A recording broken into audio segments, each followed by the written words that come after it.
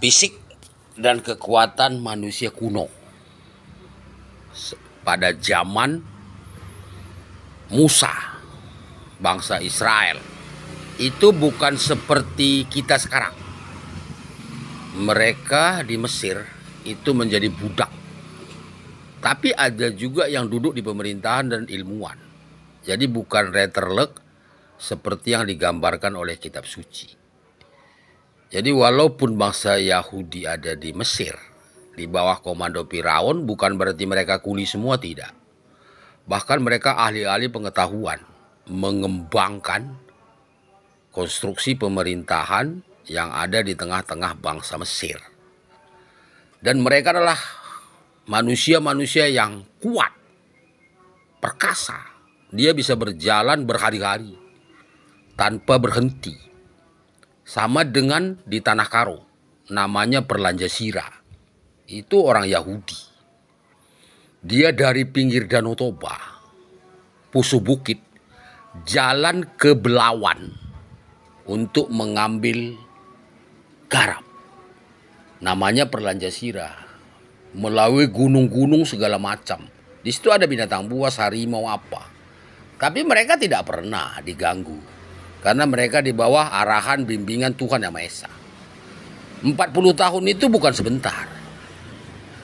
Itu waktu yang lama. Dan mereka berpindah-pindah di padang gurun. Dan bukan di wilayah Mesir.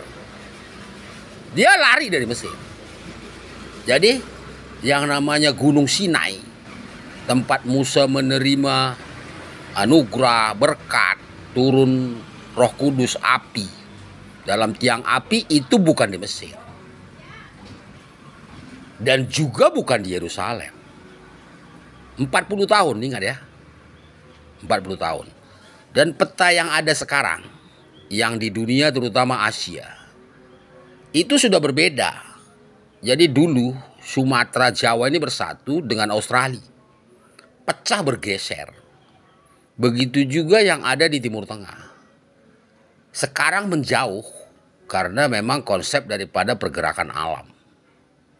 Tidak jauh itu. Antara Gunung Sinai dengan Mesir itu tidak jauh. Begitu juga Yerusalem. Tapi bumi ini kan mengembang.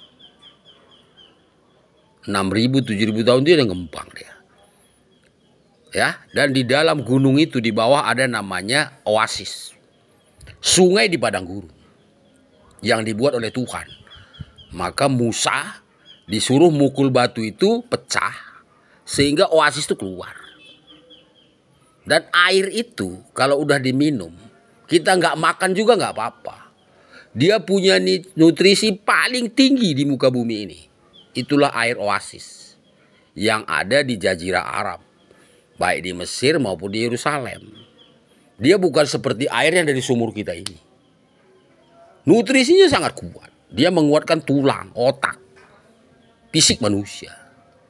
Nah, jadi itu yang perlu manusia buka tabir ini dari zaman. Bukan Letterlek dengan pikiran manusia sekarang, tapi Letterlek dengan firman dan kitab-kitab suci kuno. Yesus, kebenaran akan dibuka. Amin.